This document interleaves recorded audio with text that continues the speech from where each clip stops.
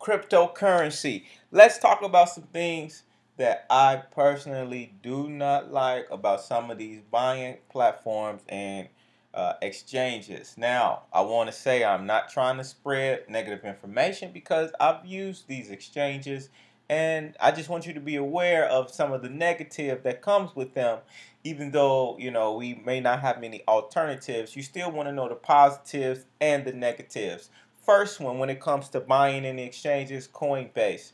One thing that what I love about it, I love the fact that it's easy to use, right?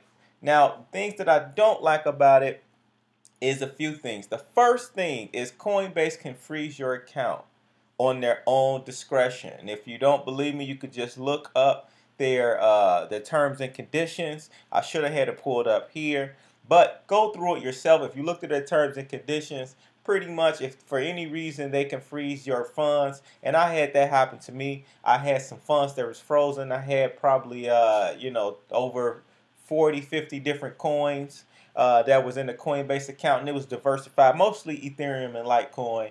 And because I was trying to send some money to a different wallet, and what happens when I tried to send it to that other wallet, they asked me to submit my ID again, even though I had already submitted my ID in the past, so I had a validated account.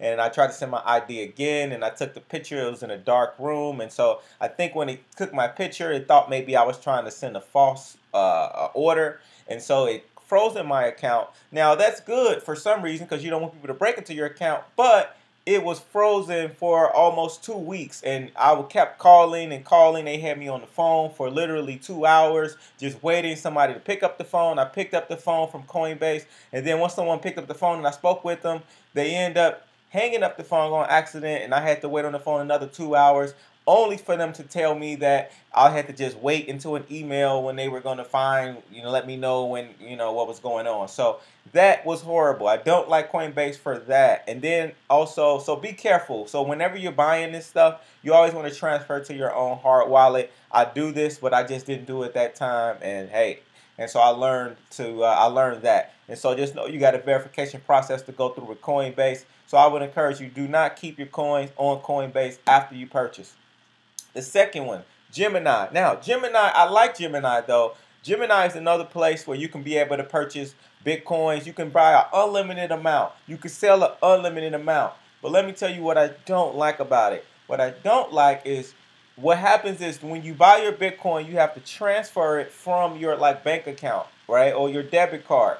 So I can't remember. I think I used my bank account, which I don't like using. I hate putting my bank account on these platforms, but I did it because I was really trying to get some coins. So I had my bank account, and what happens is you transfer your money, for example, $100, and so it'll come into their platform, and then once you get the $100 on there, now what happens is you can buy the Bitcoin at that price, but it will not clear for about 5 business days. So you'll have the coins, but you cannot move that coin for probably almost a week.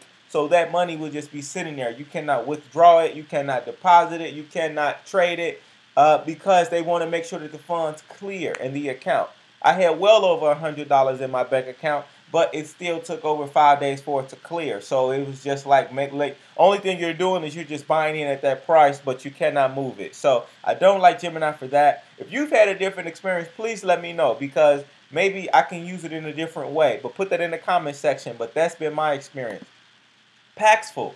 Now keep in mind as I'm going through all of these, I've did some I got links for all of these as well because I have referral links. So I'm just telling you the negative so you can be aware. You look at the link in the description, you can see my referral links. Now Paxful is one where you can buy Bitcoins, and it has about a 30-minute turnover processing time typically, and you can use PayPal, gift cards, Western Union.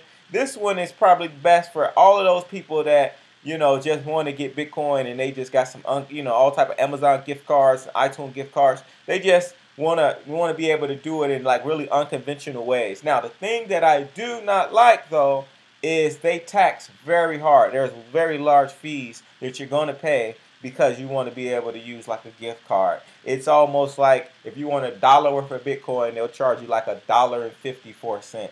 So I mean, you're literally paying almost double price for it. So it's huge. It's really huge. So for example, like say if you're using the Amazon gift card, I got $25, and it's and you click on it, you say buy now, and it takes you. And I want to be totally transparent.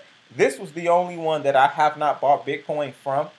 And I didn't because I was a little confused at first when I came here, because instead of you just buying it, they give you like options, like almost if it's an auction. You got to really read this. You know, you want to buy this amount, that amount. But I didn't buy it because the tax was just way too large. So they give you options where if you don't want to pay a large fee, you can play smaller. But, you know, you got to really shift through this thing and look. And honestly, it was just a bit confusing for me. So I didn't use it. But that's Paxful. The main thing I don't like about them is their fees are extremely high. Now, Changelly. Changelly is another one that I like, but let me tell you what I don't like about it. All right, as you see, it says, "Dear customers, we are experiencing delays for several hours due to abnormal high demand. Our apologies. Rates are highly fluctuated." Okay, so right now, this is example. I was trying to buy 85. Now, I've bought from here before, but in this case, I just wanted to buy $85 worth, hit the exchange. Then, you know, immediately when I tried to transfer, it takes me to an error message. Now, that's not what I didn't like. I don't like that. But the thing I really don't like about Changelly, as you see, there's the error message. What I really don't like about Changelly, though, is, again, I feel like their fees are pretty freaking high. Now, the good thing about them is they transfer pretty fast. When the network is normal, quote unquote, you know, you'll get your coins in about, I'll say 30 minutes, no more than an hour. You realistically 20 to 30 minutes. That's kind of quick. So, but the fee, you're going to be paying in fees though. And so I don't like them for that. They're expensive with the fees. However, if you just need it and you're willing to pay those fees, Changelly is a decent way to go. Coinbase is a decent way to go. All of these are decent, but you just got to be aware of some of the negatives, because a lot of people don't talk about that enough, in my opinion. So again, Coinbase, very easy, user-friendly. However, I would not keep my money on these sites. Remember, at any point in time, they can be able to freeze your account, and it could be frozen for a month, and they won't really communicate with you, and you don't know what's going on with your money. And that's the horrible thing. You want to be able to buy more Bitcoin. You can't buy more. You want to sell more. You want to get access to your money, and they don't allow you to do it. All right. That's if they freeze your account for whatever reason. And they can do it, like, for example, again, go back to Coinbase. Let's say if you're a person that's trying to buy into, transfer to, like, one of these high-risk platforms, or you're trying to get into one of those like a BitConnect or something like that. You just got to be careful, man, because if they want to, they can look at their wallet address and just choose to say, you know what, we think maybe we don't approve of where you're sending the money to, so we're going to freeze your account. Like, they can do that. They really can, and they do it. So Gemini, again, really nice platform, easy to use. It's a little confusing at first, but you got to transfer your money from a bank account or your debit card onto the platform, but you just got to wait for it to clear. I know that's how it worked with my bank account. Now, I didn't try my debit card, so I'll try that in the future. You guys let me know how it works, if it's faster if you do a debit card, because it may be faster if that. I don't even know if they gave me the option to use a debit card, though.